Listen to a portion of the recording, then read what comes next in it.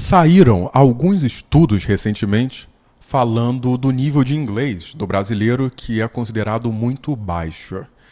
E eu já vi algumas estimativas também falando que nos grandes centros urbanos estima-se que somente 2% da população fale inglês fluentemente.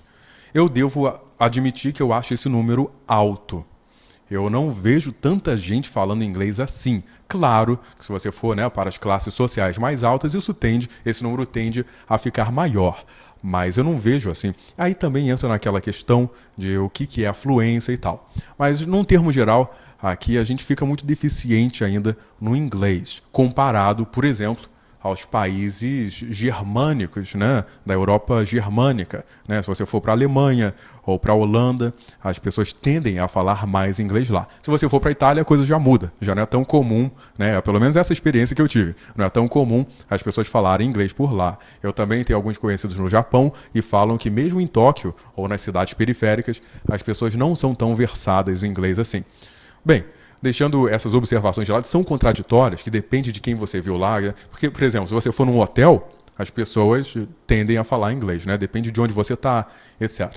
Mas os turistas que eu venho para cá, ou amigos que vêm visitar o Rio de Janeiro, eles falam, para você visitar o Rio, você tem que falar português. Porque, num termo geral, é muito difícil você encontrar alguém que fale bem inglês na rua.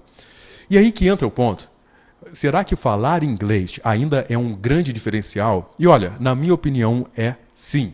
Porque, pelo menos no meu meio, e olha que eu ensino inglês, no meu meio, se eu pensar em quantas pessoas realmente eu posso falar, eu aponto e falo, esse cara aí fala inglês muito bem.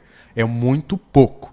A maior parte das pessoas quebra um galho, sabe um pouco, se comunica, desenrola e tal. Mas você realmente ser bom em inglês é difícil. Mesmo nas empresas, mesmo no alto nível, assim, pela minha observação, pelo meu critério, é difícil. Uma pessoa que tem aí realmente, como eu digo nas minhas aulas, alta performance em inglês, a pessoa preparada para um debate, uma palestra, uma reunião, entrevista de emprego em inglês, que a pessoa se garanta, é difícil.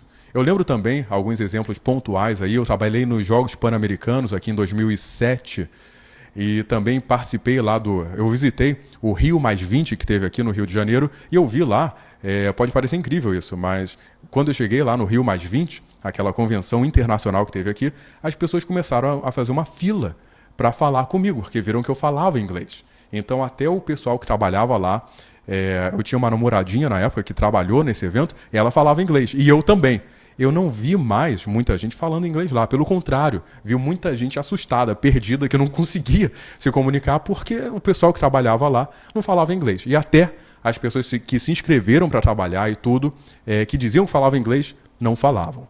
Então, eu tenho a opinião, pela minha observação, que falar inglês bem hoje em dia, mas eu estou falando falar inglês bem mesmo, alta performance em inglês, cara que realmente se garante em inglês. Não é que quebra um galho, que se vira e tal. Isso aí não conta muito. A pessoa que realmente fala bem inglês faz toda diferença no mercado e na vida, eu diria.